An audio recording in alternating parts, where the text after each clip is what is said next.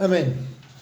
Continuamos hoy con hermenéutica especial y estamos en parábola. La figura esta tan especial que Jesús manejó también y que sigue siendo efectiva, ¿no? La parábola sigue siendo uno de los recursos literarios que son una herramienta que nos ayuda a entender un mensaje espiritual más profundo, ¿no? Y habíamos definido parábola. ¿Se acuerdan hasta dónde llegamos la semana pasada? El punto 4 quedó que... Creo que leímos el punto 4, ¿no? ¿Lo leímos? No lo leímos. Yo lo tengo marcado como que ahí. Bueno, sí, habíamos arrancado, habíamos visto el significado, las características. ¿Se acuerdan que veíamos la diferencia, recordábamos la diferencia con la alegoría? ¿Cuáles son las partes de una parábola? Es algo importante que tenemos que aprender a reafirmar, ¿no? El escenario o la ocasión en la que se mencionó, se dijo esa parábola, la narración o la historia y la lección espiritual. ¿Se acuerdan que veíamos que el propósito de la parábola era que en un relato corto, en una narración no muy larga, se pueda desarrollar un pensamiento o una enseñanza con un final que impacte, a veces inesperado, ¿no? Que es lo que produce el golpe de efecto. Y en el último, pautas para la interpretación de la parábola, empezábamos a ver las referencias, ¿no? Los puntos importantes dentro de la parábola. Aprender a distinguir eso. ¿Quién puede leer otra vez el punto B para recordar? Leo. Observar los puntos de referencia. Entendemos como puntos de referencia a aquellos elementos o protagonistas principales que ayudan a entender el punto central de la parábola. En el hijo pródigo, los puntos de referencia son el padre y los dos hijos. En el buen samaritano, los puntos son el hombre herido y el samaritano. El resto de los elementos y protagonistas son secundarios. Solo ayudan a destacar el ejemplo del que se usó la misericordia, para darle así una lección al intérprete de la ley, que fue en definitiva el que dio origen a esta parábola. En la viuda y el juez injusto, Lucas 18 del 1 al 8, es la viuda y su insistencia en el pedido ante el juez el punto de referencia principal. La enseñanza de la parábola apunta a la necesidad de orar siempre y no desmayar. Versículo 1. El juez injusto es un personaje secundario, dado que no le podemos asociar con Dios, porque Dios no es injusto ni posee las cualidades morales de ese juez. En la historia, la viuda representa a todos aquellos que claman a Dios con insistencia, y aunque el juez es el que le soluciona el problema, éste lo hace porque se la quiere sacar de encima. No está dispuesto a soportar su perseverancia. El mismo relato se encarga de diferenciar el juez injusto del Dios perfecto en justicia para siempre, que siempre está dispuesto a escuchar y responder. Versículos 7 y 8. Si interpretamos que el juez es un punto de referencia que representa a Dios, tenemos que concluir que Dios nos responde porque lo hartamos, o conseguimos lo que queremos porque le ganamos por cansancio. Y esto no es así. ¿Se entiende esto? Es importante, ¿eh? Porque en la práctica, cuando escuchamos prédicas o enseñanzas o comentarios sobre esta parábola, parece que lo que queda es lo que está mal, ¿o no? En general, sí. Porque justamente se toma al juez como Dios, como que está representando a Dios, cuando vemos que en realidad no es el punto principal de la parábola, pero se lo asocia porque es el que soluciona el problema.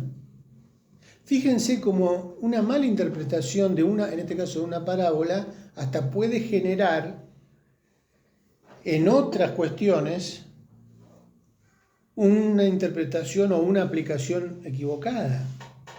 Porque a veces cuando ayunamos, estamos en semana de ayuno, Y siempre hay que estar recordando o explicando que el ayuno no es ganarle a Dios por cansancio. No es estar siempre orando por algo puntual para que Dios modifique a nuestro gusto o para suplir nuestra necesidad, y por eso ayunamos y por eso nos sacrificamos o sacrificamos nuestro cuerpo. Porque era una práctica antigua también en algunas culturas paganas, llamar la atención de los dioses sacrificando nuestro cuerpo. Por eso también de ahí derivan las caminatas, las procesiones, el caminar de rodillas, hacer un sacrificio corporal, como que eso llama la atención de Dios o de los dioses paganos para que ellos digan, uy, ¿por qué está haciendo eso? ¿Por qué mi iglesia está ayunando? ¿Qué están necesitando de mí? ¿Qué es lo que quieren? Eso quizás está en el inconsciente colectivo y hay que corregir eso. Porque Dios no está obligado a satisfacer nuestros caprichos. Él no es nuestro delivery personal que frente a una demanda va a venir en nuestro auxilio porque nosotros lo reclamamos. Pero sí es cierto que Dios desea que nosotros lo busquemos, que clamemos a Él, que recurramos a Él porque somos dependientes de Él. No al revés. Porque a veces pensamos que Él tiene que estar a disposición nuestra y expectante a ver qué necesitamos para venir en nuestro auxilio. No, porque si no, ¿de qué es Dios? ¿El chepibe? Bueno, chepibe, ¿no? ¿Saben lo que es el chepibe, no? Sí. ¿Se acuerdan del chepibe? ¿Qué era el chepibe? El esclavo, chepibe tráeme. Era una publicidad de la década, no sé, del 70. Esa sí no la vi. No, el chepibe, la frase. No, pero esa frase del chepibe, viene por una publicidad de un banco. Eso era televisor blanco y negro. Sí, de un banco. Si me mandan al banco voy contento, decía él. Si me mandan al banco voy contento, porque dan el 24%. Y empezaba la propaganda con, che pibe. Tenía que mandarlo al banco para que, bueno. De los mandados. Sí, una frase. Sí.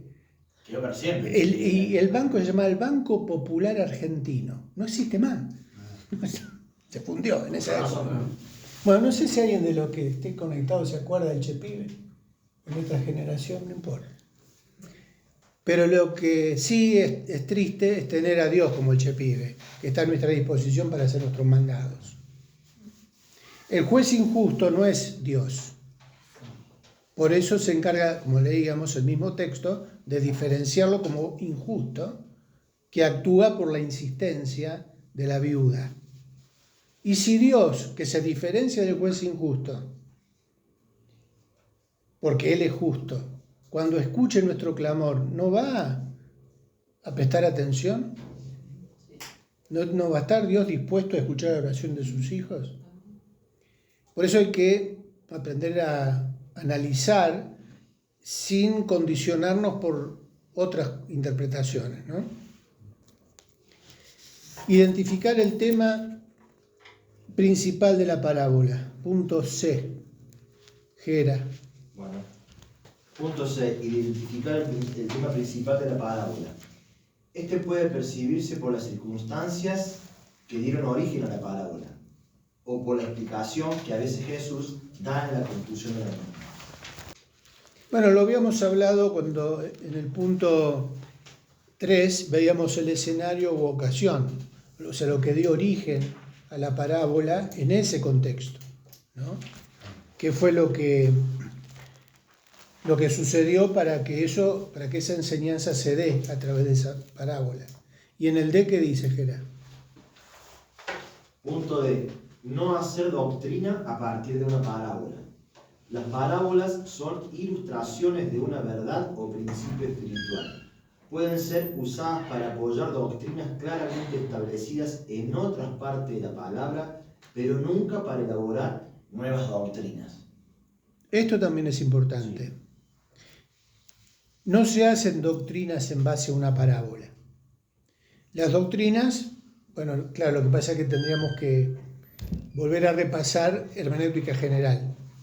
Pueden ilustrar o servir como una herramienta para ilustrar, sí, una doctrina que está desarrollada en otro lado, en los pasajes doctrinales. ¿Se acuerdan de ese principio de hermenéutica? Pasajes doctrinales interpretan pasajes incidentales. Y ahí la parábola puede ayudar a ilustrar una doctrina, pero no se puede hacer doctrina de una parábola. Hay otros componentes que pueden... Claro, hay una parábola muy debatida, justamente porque un sector no la reconoce como parábola y otro sector de la teología la reconoce como parábola. Bueno, ¿Lo dije bien? Un sector no la reconoce como parábola y otro sector la reconoce como parábola. Que es la de el rico y Lázaro. ¿Se acuerdan la historia del rico y Lázaro? Algunos la reconocen como historia y otros como parábola. Y las dos posturas tienen su biblioteca. Hay una biblioteca que sostiene que es historia y otra que sostiene que es parábola. Por detalles casi técnicos, podríamos decir, en el relato gramatical. Porque unos ponen como condición para que sea historia y que no sea parábola, que tienen que figurar los nombres de las personas. Eso lo parece Lázaro. Y si no aparecieran nombres, se reconocería como parábola. Pero como aparece nombre propio, o el nombre de alguien, dicen que no puede ser parábola porque aparece el nombre. En el resto de las parábolas no hay nombres. ¿Y cuál es el conflicto que se genera entre las dos posturas? El joven rico no tiene nombre. No, digo, en la interpretación del texto en general, El problema es el estado de conciencia de los muertos o el estado de inconsciencia de los muertos. Los muertos, ¿están conscientes en este momento en la presencia del Señor? ¿O están durmiendo, descansando, sin saber lo que pasa en la tierra? Aparte de la comunicación también es medio raro eso de que se comunique el que está en el infierno con el que está en el cielo, por así decirlo. También Tenemos que están en un estado de descanso. Están descansando en la presencia del Señor, pero también en Apocalipsis hay escenas en donde los mártires, están viendo lo que pasa en la tierra y le dicen al Señor: ¿hasta cuándo, Señor, nos vas a vengar la muerte de los mártires, la sangre de los mártires? Es como que hay por eso digo, cada postura tiene su pasaje en donde se sustenta. Por eso digo, siempre es un debate, ¿no? Yo a mi pastor le pregunté eso. Le digo: ¿para vos qué es? ¿Es historia o es parábola? Entre nosotros, decime, ¿qué pensás? Yo lo tenía loco, mi pastor. Y me mira y me dice: mitad y mitad. Le digo. De ahí aprendí yo a tener ese tipo de respuesta cuando me hacen alguna pregunta. O sea que mitad y mitad. 50 y 50. Mitad y mitad, me dijo. Pero bueno, es otra cuestión. Volviendo al análisis de las parábolas, por esta razón, por este ejemplo, no podemos establecer la doctrina de la inconsciencia de los muertos o de la conciencia de los muertos, sacado de la parábola. Porque si no, sustentamos una postura que no necesariamente es cierta. ¿Se entiende? No necesariamente tiene un sustento. No podemos sustentar la doctrina con la parábola. Por eso no se puede hacer doctrina de la parábola. Lo de doctrina está en general. Ahí explica. En la hermenéutica general están las pautas, los principios para la hermenéutica general. En donde sí, hay que ir a los pasajes doctrinales, donde se desarrolla el tema de la muerte, de los muertos, de la resurrección, el estado en el que están, qué pasó con el ladrón de la cruz, ¿no? Que también de ahí se elaboran otras posturas. Por eso, ¿está bueno lo de la hermenéutica o no? No es que está bueno, ¿es necesario o no dedicar tiempo a investigar, a analizar y a no quedarse con una postura. Porque últimamente uno ve en internet, en las redes, en los sitios que hay, en donde se baja una línea y el que no sigue esta línea es un hereje. Pará, ¿quién sos? ¿Por qué? A ver, demostrame por qué puede ser una herejía creer otra cosa. Tengo que sustentarlo. Y así con todas las doctrinas que puedan surgir, ¿no? Leímos el D entonces. No podemos usar la parábola para elaborar una doctrina, pero sí para apoyar o para ilustrar algo que está ya explícito en otra parte. Punto 5. Función de las parábolas. ¿Quién no leyó? Acá ya voy a ver, de los que están conectados, ¿tienen el apunte? Pero yo vi a 4 más, dice ahí. Está Vero, está Lorena, está Miriam, Mónica de Estéfano, hay un montón. Bueno. A ver, ¿quién tiene el apunte para leer el punto 5? Si querés lo leo, Ricardo. Bueno, dale. Función de las parábolas. Como mencionamos en la definición, la parábola funciona como un medio para obtener una reacción de parte del oyente. Esta los cautiva para referirse a sus propias acciones o para hacerlos reaccionar de cierto modo ante Jesús y su ministerio. Si bien para los oyentes originales, en ocasiones las parábolas eran verdaderos enigmas, la intención de Jesús no era ocultar la verdad, sino más bien poner en evidencia la condición espiritual de aquellos que habían engrosado su corazón, sus oídos, oían pesadamente y habían cerrado sus ojos. Mateo 13, del 13 al 15. Estos no estaban en condiciones de entender, pero aquellos que tenían el corazón abierto y los sentidos dispuestos para aprender las lecciones del Maestro, gozaban del privilegio de ver lo que otros no veían. Mateo 13, del 16 al 17. Hoy nosotros las tenemos escritas, pero originalmente las parábolas siempre fueron habladas. El objetivo era, después de captar la atención, lograr que los oyentes se identificaran en los puntos de referencia y luego de asimilar el remate final, aprender una lección que seguramente no olvidarían jamás. Esa es la función de las parábolas. Esa fue y sigue siendo la función de las parábolas.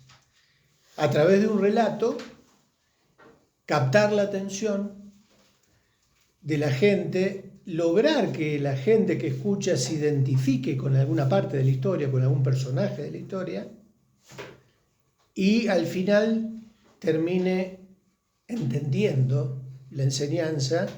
¿Y por qué va a ser difícil que se la olvide? Y porque lo impactó, y de alguna manera lo puso en primera persona. Porque casi que lo vive en el relato. O sea, se ubica en el relato, forma parte de la historia y se aprende el argumento. Es cuando nosotros aprendemos un cuento de la Landricina. Digo yo, ya la Landricina pobre no cuenta más cuentos, pero todavía está vivo. Sigue contando. Bueno. Pero Landricina es un maestro del relato. No es tanto por la gracia del chiste, sino por cómo lo adorna y con hechos como justamente son las parábolas, hechos veraces, cosas que se viven. Por eso la gente no se olvida de los cuentos de Landricina, a los que les gusta, ¿no?, ese tipo de relato, porque es tan descriptivo, describe detalles, vivencias que son comunes, hasta casi nos vemos reflejados en algún personaje, o vemos a alguien conocido, mirá, este personaje es igual que Marito, ¿no? ¿Y qué pasa cuando se usa esa técnica? No se olvida porque queda grabada. O sea, se grabó en la mente Por un lado por el relato, pero por otro lado por la enseñanza, por la moraleja. Tendríamos que recuperar la parábola como un recurso. Y por la imaginación también. Claro. De hecho, los cordobeses son muy... la gente del interior en general, ¿no? La gente de campo. Siempre recurre a los recuerdos o a las historias o a los sucedidos, que se dice, ¿no? Esto pasó. ¿Y por qué? Porque eso queda tan grabado, porque produjo un impacto, que siempre está ahí. Siempre es un recurso para traerlo como una enseñanza, ¿no? Los que tienen un llamado a ministrar la palabra, sea para predicar, para evangelizar, para enseñar, tenemos que recuperar y aprender a valorar estas figuras que tenemos en la palabra de Dios como una herramienta que sigue siendo útil para predicar el evangelio, ¿no? Para enseñar la palabra.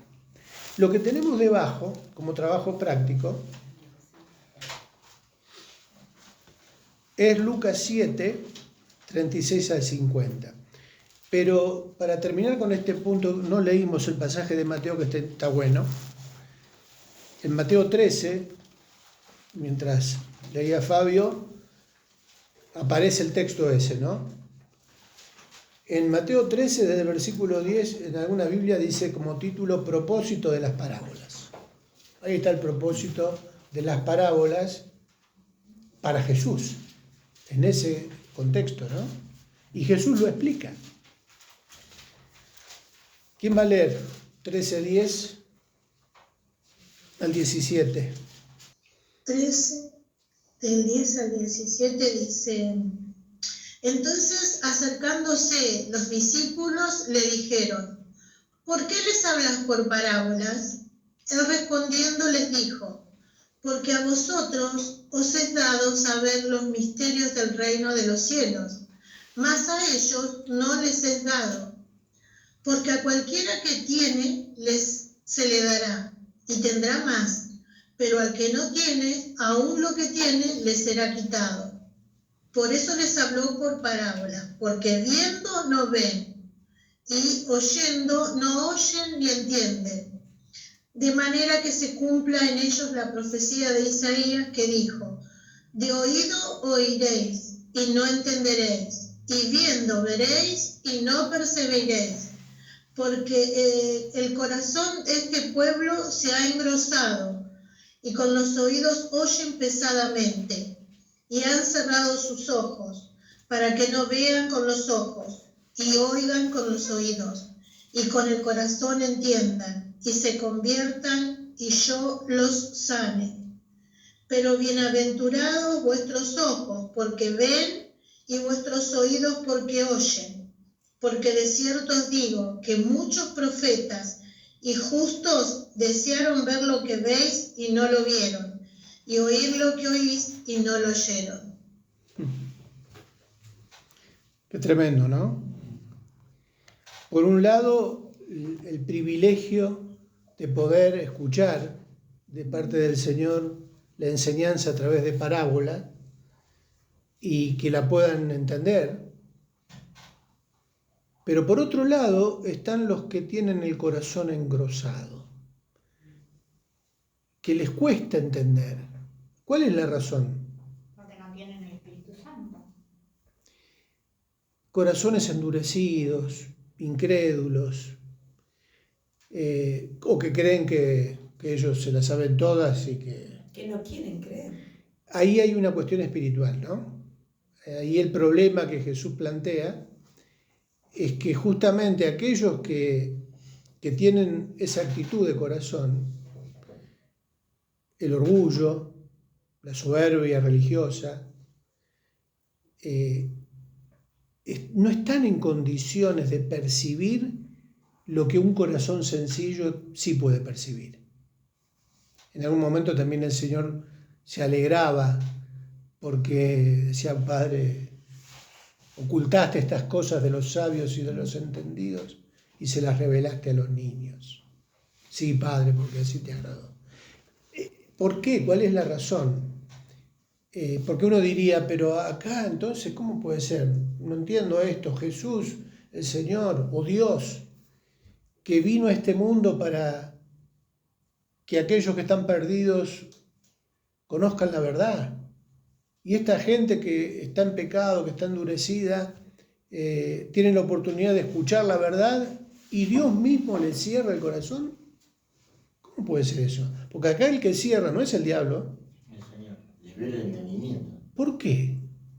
¿Por qué hablaba? Porque ahí Jesús dice, les hablo por parábolas para que los que ven no vean.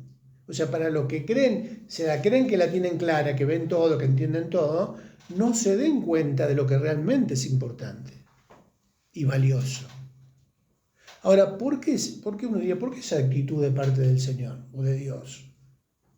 Que a esas personas les cierra el entendimiento para que no entiendan la enseñanza de una parábola.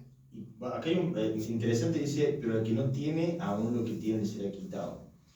Quizá porque Dios con el conocimiento anticipado ve que esas personas rechazan la gracia de Dios, la han rechazado en su corazón abiertamente, entonces Dios ya llega lo a sabe. entender. Hebreo dice en la presencia de Dios. Sí, pero acá es evidente que estas personas que no reciben es porque, como decís vos, ya previamente decidieron cerrar su corazón. Y bueno, si no entienden, no es porque Dios no se lo quiera enseñar. Ellos ya tomaron la decisión de rechazar, de no aceptar, y por lo tanto nunca van a ver, nunca van a entender. Bueno, Romano nos habla de que el Señor mismo también los entrega a sus propias... Sí, pero porque ya ellos tomaron esa decisión. O sea, están sufriendo la consecuencia de su rebeldía, de su propia soberbia. A ese tipo de personas, en este tipo de enseñanzas o cualquier otra palabra del Señor, les va a resbalar, lo van a rechazar, No pueden recibir no la lo van a bendición. entender, porque ya cerraron su corazón. ¿Ahí entraría una persona atea, Triqui? También, Porque yo me Pues- acuerdo del dueño del chalet, nosotros le hablamos del Señor y él decía, yo sé que existe Dios, pero yo no quiero saber nada. en realidad no es atea entonces. Porque lo reconoce, Claro, pero sí, está reconociendo que no quiere saber nada. Nosotros llegamos a esa conclusión, que él sabía la existencia. Claro, un corazón engrosado, No quería saber endurecido, anestesiado. No hay nada que lo penetre a ese corazón engrosado. Por eso no van a entender las parábolas. Pero sí lo hermoso de los que están abiertos, de los que quieren, de los que están dispuestos y quieren aprender. A eso sí, no le va a ser complicado entender el principio espiritual de la parábola. Decíamos que en el trabajo práctico vamos a Lucas 7. ¿Qué tenemos ahí? En realidad esto es trabajo para... Jesús en el hogar de Simón. En realidad vamos a identificar cuáles son los puntos de referencia y dónde está la parábola ahí. ¿Hay parábola ahí? ¿Dónde está? ¿En qué versículo? ¿Le identificaron? Bueno, vamos Versículo 41. Muy bien, Vero. Muy bien, Vero. Bueno, ya que está, vamos a leer, Vero, ya que lo tenés, porque tenemos tiempo. Bueno, leo. ¿Desde el 41? Desde el 36 al 50. Uno de los fariseos rogó a Jesús que comiese con él. Y habiendo entrado en casa del fariseo, se sentó a la mesa. Entonces una mujer de la ciudad, que era pecadora, al saber que Jesús estaba a la mesa en casa del fariseo, trajo un frasco de alabastro con perfume. Y estando detrás de él, a sus pies llorando, comenzó a regar con lágrimas sus pies y los enjugaba con sus cabellos. Y besaba sus pies y los ungía con el perfume. Cuando vio esto el fariseo que le había convidado, dijo para sí: si fuese profeta, conocería quién y qué clase de mujer es la que le toca, que es pecadora. Entonces ahí empieza Jesús, con la parábola. Entonces respondiendo Jesús le dijo: Simón, una cosa tengo que decirte. Y él le dijo, di maestro, un acreedor tenía 2 deudores, el uno le debía 500 denarios y el otro 50, y no teniendo ellos con qué pagar, creen que estoy de trabajo, perdonó a ambos. Di pues, ¿cuál de ellos le amará más? Respondió Simón, dijo, pienso que aquel a quien perdonó más. Y él le dijo, rectamente has juzgado. Y vuelto a la mujer, dijo a Simón, ¿ves esta mujer? Entré en tu casa y no me diste agua para mis pies, mas ésta ha regado mis pies con lágrimas y lo ha enjugado con sus cabellos. No me diste beso, mas ésta, desde que entré, no ha cesado de besar mis pies. No ungiste mi cabeza con aceite, mas ésta ha ungido con perfume mis pies. Por lo cual te digo que muchos pecados le son perdonados, porque amó mucho más que aquel a quien se le perdona poco, poco ama. Y a ella le dijo, tus pecados te son perdonados.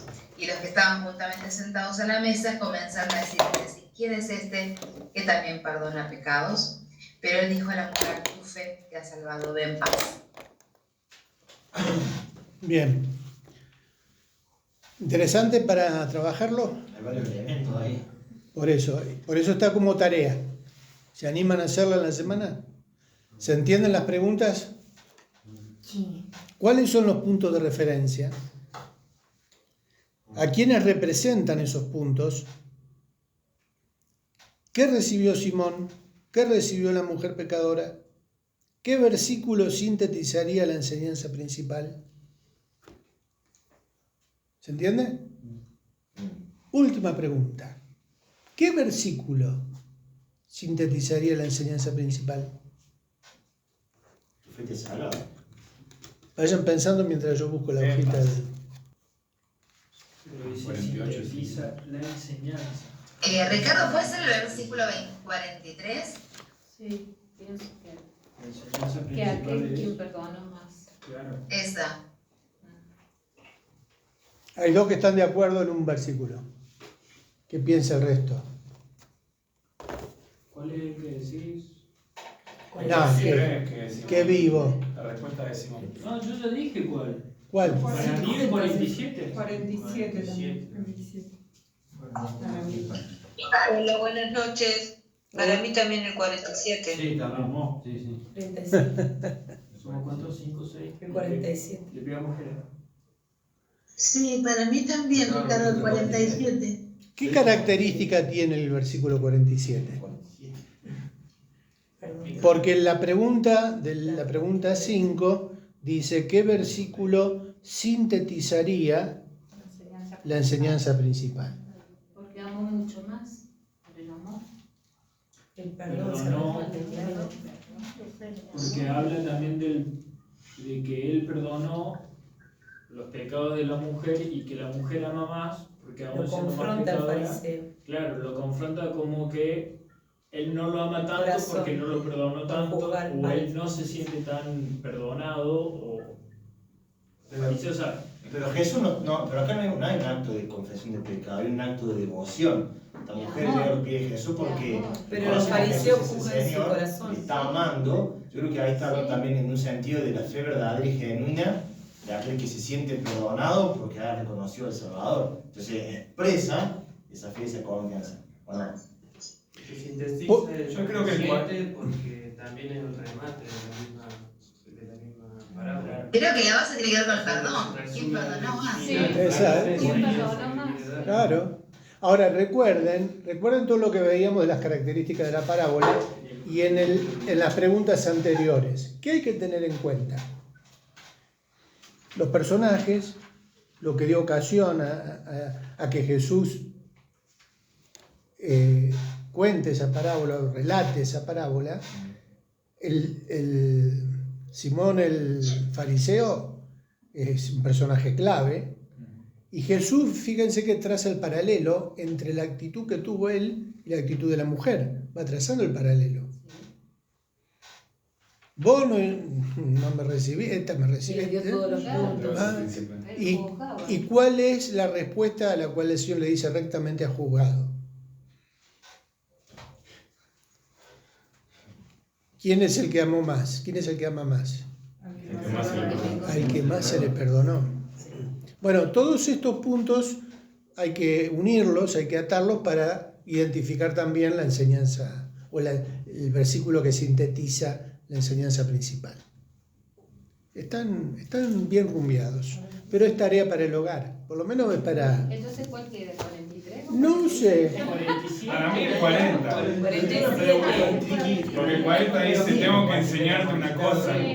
Y el otro le dice, di maestro. Entonces para mí la enseñanza principal está ahí. Que le va a enseñar algo y que el otro está dispuesto a recibirlo. ¿O no? Pero el corazón...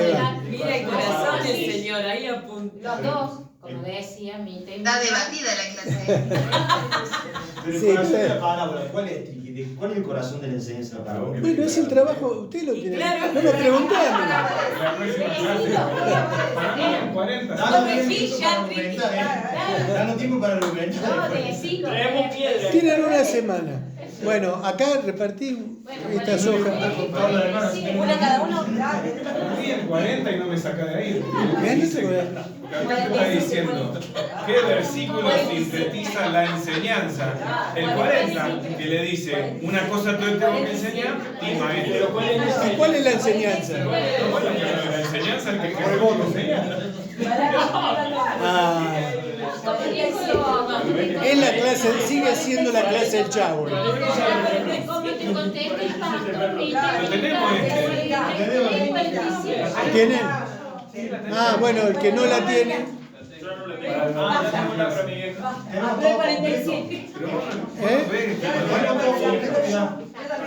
Bueno, no dejalo, la muestre. Esto es para los que no tienen el apunte. Bueno, ¿cuál es la tarea? 45. ¿Cuál es parte de...? 43, 47. En realidad, en la materia en sí, esto tiene nota. ¿Qué? No escuchamos nada. ¿Cómo? No escuchamos nada. No, bueno. Bueno, ¿se entiende cuál es la consigna del repaso de hermenéutica especial? Señalar con una flecha el texto que corresponda a cada figura literaria. Acá hacemos un repaso de las figuras literarias que estuvimos viendo. Y lo que hay que hacer es unir el pasaje con la figura que corresponda. No es tan complicado. Hay que leer los pasajes, no es para hacerlo ahora. Ah, es para la tarea. En realidad sí, tendría que ser para hacerlo ahora. No, la semana que viene. No, para que ya tenemos mucho más. Porque en realidad nos queda el tiempo justito para hacerlo ahora. Bueno, hacemos ahora. Tienen que leer todo. 33, 23 ya lo tengo. ¿Qué dice Éxodo 33, 23? Después apartaré mi mano y verá mi espalda, mas no se verá mi rostro. ¿Qué figura es? No, mi mano personificación. No. Repasamos de nuevo. ¿Entiende, profe, ahora por Basta qué de que el examen María. Con un criollito, María Berta. Ah, pero también hay que hacer un repaso. Yo me tomo como un domingo de la carpeta. Una metáfora. Me están careando. Antropomo. Antropomorfismo, rostro, manos, espalda. Está hablando de un morfo. ¿Quién es el que está hablando? Dios. Entonces, ¿qué es? Antropomorfismo, el rostro. Bien. Entonces, ¿qué hay que hacer? Tracen la flechita entre Éxodo 33, 23 y antropomorfismo. Juan 15, 1 al 10. Ya lo tienen que tener. Parábola, profe. Juan 15, 1 al 10. Es un texto que apareció en un ejemplo de la figura. La vida verdadera. La vi verdadera. Parábola. ¿Seguro? ¿Segura? Si dijo eso, profe, que... No, una alegoría. Claro. Está en alegoría. ¿Por qué ese ejemplo de alegoría? Porque... ¿Por qué? Hoja 31, alegoría. ¿Se acuerdan el relato? Porque tiene varios puntos. Porque hay varios puntos en el relato que se explica el significado de cada punto. ¿Se acuerdan? La similitud con la armadura, con la armadura de Dios. Entonces, Juan 15 es ejemplo de qué? De alegoría. Alegoría. Flechita entre alegoría y Juan. No hagamos caso, así hacemos el ejercicio. Sí. Volvemos cosas. No, yo prefiero que hagan el otro. Claro. Que piensen. El de la palabra. Porque después va a llegar el martes que viene y me van a decir, no, era mucho, profe, era mucho. Sí. Ah, el que no lo hace Ya lo separa dijeron, ya lo dijeron. El que no lo hace separa la Acá no se va a Salmo 6. Acá es Manao. Salmo 6, 6. Fácil. Salmo 6, 6. ¿Quién lo busca? Me ha consumido a fuerza de gemir. ¿Cómo dice Mario? 6:6. Me ha consumido a fuerza de gemir. Perdón, todas las noches inmundo de llanto mi lecho. Ah, Y riego mi cama con mis lágrimas. una hipérbole. Ah, perdón. Personificación. Hipérbole para mí. Inundo de llanto, mi lecho. ¿Qué más? Sí, está ahí en el hipérbole. Sí. Exagerado. Exageración. Me he consumido. Filadísimo. ¿Qué más? O sea, que está. Riego mi cama Riego con mi mis cama. No regás nada con lágrimas. Imagínate regar con las lágrimas. ¿Qué es entonces? Saca paracetamol, un hipérbole. Hipérbole. Un hipérbole. Quedan 15 minutos. Hay que ir más rápido. Flechita con hipérbole. Igual vamos hasta donde lleguemos. Mateo 24, 24. Lucas 16. Lucas 16. No, perdón. Lucas Está 16. apurado, profe. ¿Qué dice Lucas 16? 29. ¿Qué decís, Lucas? Y Abraham le dijo a Moisés y a los profetas: tienen, óiganlos.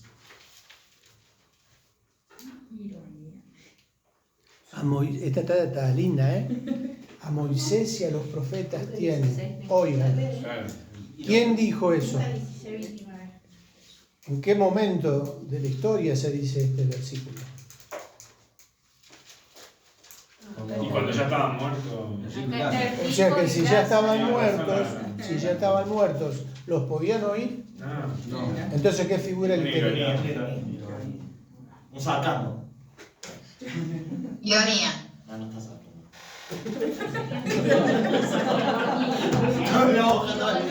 Está inventando, hermano. Están adivinando, están tirándose la pileta. pecado, están adivinando.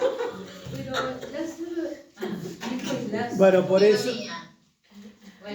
No. creen que es parábola. ¿No hay ironía? No. Mateo. Ya me tiraron la mitad de la figura literaria y no invocaron una, ¿eh? No, por eso hay que leer el pasaje y compararlo en qué punto de las lecciones aparece la cita para ilustrar la figura. Ah, sí, está todo el evento. Todas las citas esas que están en la columna están ilustrando la figura, o sea que ahí van a encontrarla. Metonimia. Metonimia. ¿Cuál es la Metonimia. Bueno, síganlo en casa, ya hicieron la mitad, termínenlo en casa. Ay, nos quedan 10. No, decirlo que vivo, se la hacemos. Pero Sí. ¿se dan cuenta? Sí, una metonimia. O sea, la clave es buscar el pasaje en la figura literaria que corresponda y ahí van a encontrar la respuesta correcta. O sea, ¿cuál es el propósito de este ejercicio? Repaso, repasar. Un nombre por otro. Sí, un nombre por otro. Claro, a Moisés y a los profetas tienen, óiganlos. O sea, no estaban vivos, ya hacía siglos que estaban muertos. Pero ¿qué es lo que tienen? Las escrituras. Pueden oír las enseñanzas a través de los escritos, ¿no? De la palabra. Eso no me acordaba, más difícil. Claro. Pero acá dice repaso, no repasamos, no vinimos tan preparados. Bueno. Por eso, ¿Y esa qué figura es entonces, Ricardo? Perdón. Metonimia. metonimia. un nombre por otro. No lo voy a hacer. Lo voy a hacer. ¿Cuál? Metonimia. Para que así. Lucas. Dame la voz. Gracias. ¿Y por qué yo te Bueno, no, te enseño? Ahí va.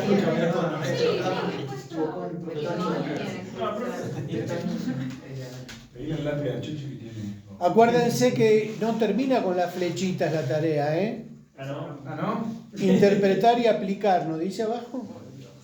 Sí, hay otra tarea.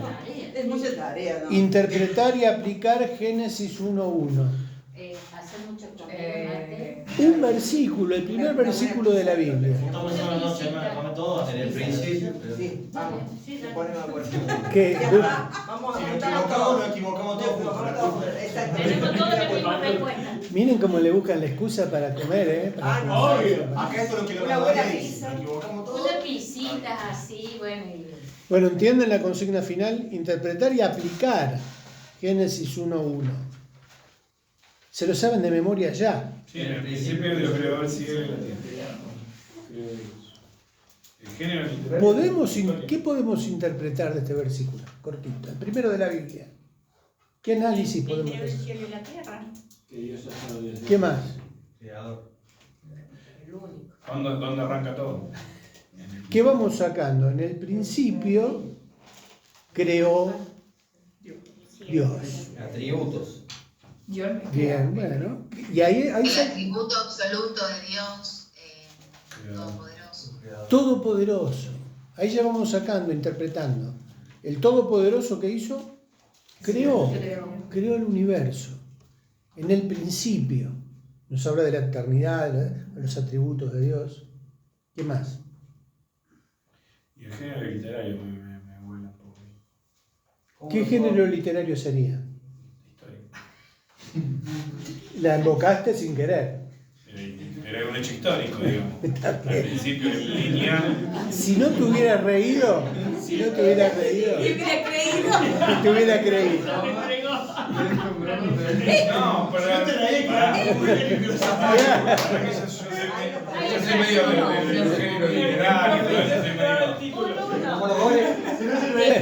Ahí está, No ¿viste? pensé que historia podría ser un género.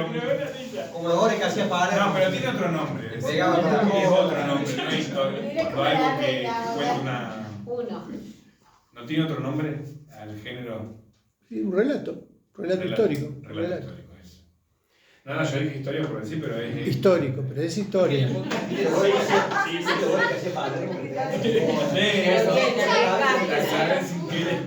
Ahora, por las aguas, sin un paso. ¿cómo aplicamos esto a nuestra vida? ¿Nos da algún mensaje? ¿Nos inspira algo? ¿Nos alienta en algo? ¿Podemos aplicarlo en nuestra vida práctica? Y van a decir, pero ¿cómo podemos aplicar? ¿Qué aplicación podemos sacar de Génesis 1:1? Podemos. Tareas para que la termine. ¿Oramos? Te damos gloria y honra, Señor, en esta hora y te damos gracias por este tiempo, por poder capacitarnos, Señor, por poder aprender un poco más de tu palabra, de tus cosas. Gracias, Señor, por mis hermanos que están conectados, gracias por Ricky que nos enseña. Y te pedimos en el nombre de Jesús que podamos ser buenos receptores de todo esto, Señor, y que por sobre todas las cosas nos sirva de herramienta para evangelizar, Señor, para llevar tu palabra, para enseñar todo lo que vos quieras hacer con nosotros, Señor. Gracias por este tiempo, acompáñanos en el regreso y el resto de esta noche. En el nombre de Jesús, amén. Dios les bendiga. Saludamos a los compañeritos. Chao con el compañero de Córdoba.